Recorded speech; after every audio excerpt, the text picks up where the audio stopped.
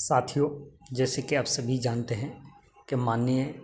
मुख्यमंत्री की अध्यक्ष में जो अहम बैठक की गई थी, उसमें एक समिति का गठन किया गया था, जिसकी अध्यक्षता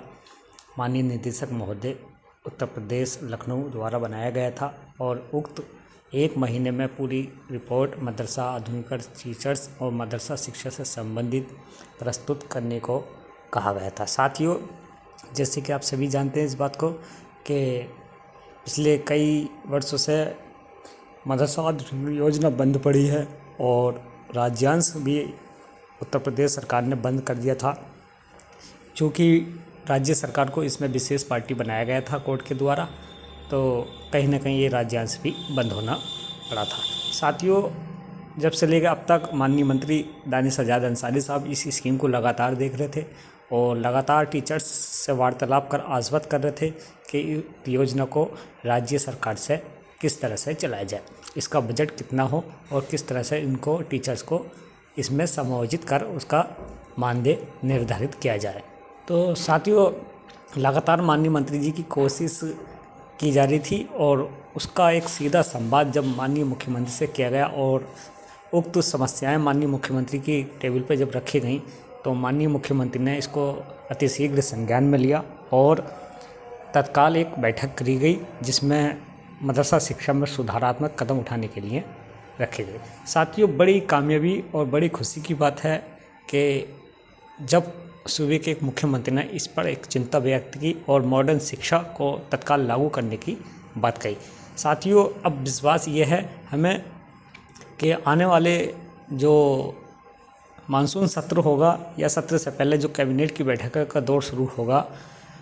कहीं ना कहीं मदरसा आधुनिक टीचर को एक नया उज्ज्वल भविष्य देखने को मिलेगा। इसलिए आप लोगों को घबराने की जो कोई ज़रूरत नहीं है। साथियों, किसी को कोई पैसा देने की ज़रूरत नहीं है। टीचर्स विश्वास रखें और एक नियमित कार्य जो माननीय मुख्यमंत्री की तरफ से, माननीय मंत्री दानिश आज़ाद अंसारी की तरफ से किया जा रहा था और हमारी टीम के द्वारा लगातार संपर्क कर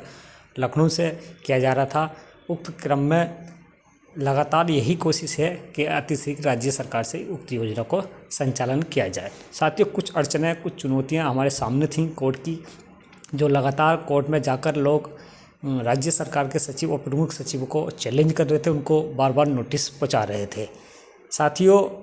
कहीं ना कहीं अधिकारी भी इससे नाखुश थे और जब हम सीधे लखनऊ बात करते हैं तो वो कहीं ना कहीं ये बात कहते हैं कि राज्य सरकार पे जब कोई देनदारी नहीं है तो उसको क्यों विशेष पार्टी बनाया जा रहा है, और ये बात सही भी है। साथियों, बड़ी खुशी की बात है कि बहुत जल्दी उत्तर प्रदेश के 22,000 मदरसा टीचर्स को एक बहुत बड़ी राहत मिलने जा रही है और एक नए सिरे से उत्तर प्रदेश सरकार इस योजना को चलाएगी, जिसका एक मानदेय निर्धारित होगा। और मौजूदा हालात में अल्पसंख्यक माइनॉरिटी के लिए जो बजट का प्रावधान दिया गया था इस बार, तो उम्मीद है कि 300 करोड़ के बजट लगभग मदरसा आधुनिकीकरण योजना का होगा, जिसमें लगभग पर मंथ के हिसाब से तनख्वाह का जो रेगुलर तनख्वाह दी जाएगी उसके हिसाब से इस पर सहमति बनेगी। कल क्योंकि हमने कई लोगों से वार्तालाप की, हमारे सदस्य पहुँचे थे और उच्च अधिकारियों से बात करी थी, माननीय दानिश आज़ाद अंसारी साहब से बात करी थी, सीधे उनके संपर्क में है, संवाद कर रहे हैं। लगातार हम कोशिश में हैं कि जल्द से जल्द इस मामले को अतिशीघ्र निपटाया जाए और राज्य सरकार इस पर तत्काल हामी भर दे। तो चूँकि साथियों अभी इस महीने के मात्र 12 दिन